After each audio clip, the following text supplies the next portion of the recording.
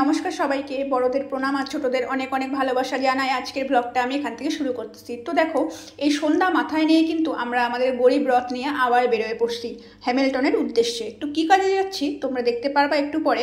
তো দেখো এখানটায় আকাশটা কি অপূর্ব লাগতেছে।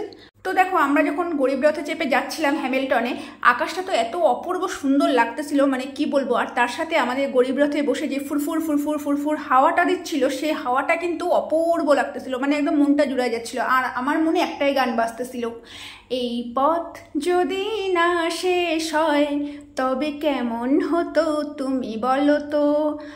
মাথার উপর এত সুন্দর আকাশ আর এই গরিব রথে বসে ফুরফুর ফুরফুর হাওয়া খেতে খেতে আমার মনে কিন্তু এই গানটাই বাজতেছিল। আর এদিকে দেখো,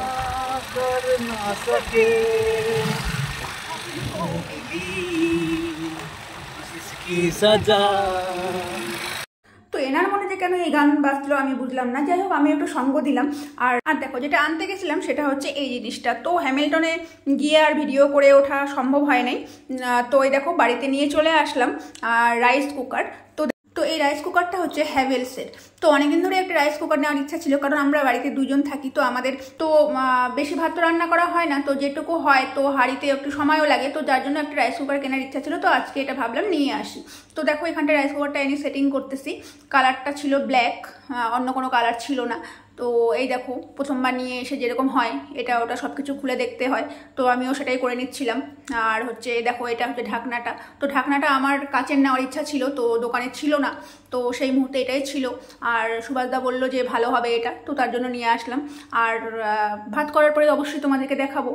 আর এর সাথে কিন্তু একটা ছোট্ট হাতা আর একটা ছোট্ট পানা এরকম মগের মতো দিচ্ছিল, যেটা মেপে মেপে দিতে হবে, ভাত জল যাই হোক, ওটা করার সময় দেখাবো। আর এই দেখো, রাইস কুকারটা তো দেখলাই। আর এটা হচ্ছে একটা এয়ার ফ্রায়ার। তো এটাও অনেকদিন ধরে আমার কেনার ইচ্ছা ছিল, মানে তোমার একটু ভাজা পোড়া খাওয়ার জন্য। ওই কড়াই বসাও, তেল গরম করো, ওই ঝামেলা। তারপরে তেল খাওয়া তো আজকালকার দিনে ভালো না, আর আমাদের তো প্রচুর তেল খাওয়া হয়, মানে তেল দিই না তো, তেল খাই নিজেরা। তো যাই হোক, এটা নিয়ে আসলাম। তো নিয়ে আসার পরে এটাকে খোলাখুলি হচ্ছে। এখন এটাকেও দেখা হচ্ছে এর ভেতরে কি আছে না আছে, কারণ প্রথমবার চালাবো, কিভাবে চালাবো না চালাবো ওটা দেখতেই হবে। তো দেখো, এখানটায় আমি এখন এটা খুলে নেবো। তো খুলতে গেলাম, প্রথমে দেখলাম খুলতেছে না, তারপরে দেখলাম যে এখানে একটা সেলো টিপ লাগানো ছিল, যেটা আমি খুলতেই ভুলে গেছি, মানে আমি চোখেই দেখিনি।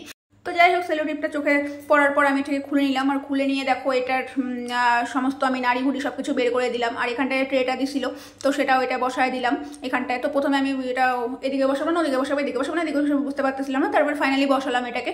তো বসানোর পরে এটাকে এখন আমি ঢুকায় দেখতেছি যে কীভাবে ঢুকাবো, কারণ এটা আমাকেই চালাতে হবে, কারণ ভাজা পোড়া তো আমি খাই। আর হ্যাঁ, এই এয়ার ফ্রায়ারটাও কিন্তু হচ্ছে হ্যাভেলসের আর হচ্ছে ব্ল্যাক কালারের। তো দুটাই কিন্তু আমাদের ব্ল্যাক কালারের আর একই কোম্পানির হ্যাভেলসের।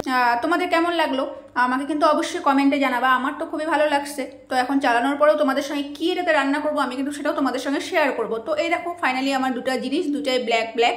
তো কেমন হয়েছে আমাকে কিন্তু অবশ্যই জানাবা।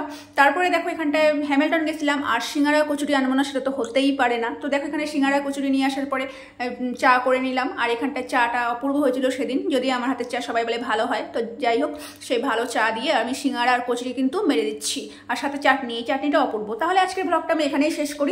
ব্লগটা যদি ভালো লেগে থাকে তাহলে অবশ্যই কিন্তু লাইক কমেন্ট করতে কেউ ভুলো না। সবাই খুব ভালো থেকো, সুস্থ থেকো। আজকের জন্য টাটা।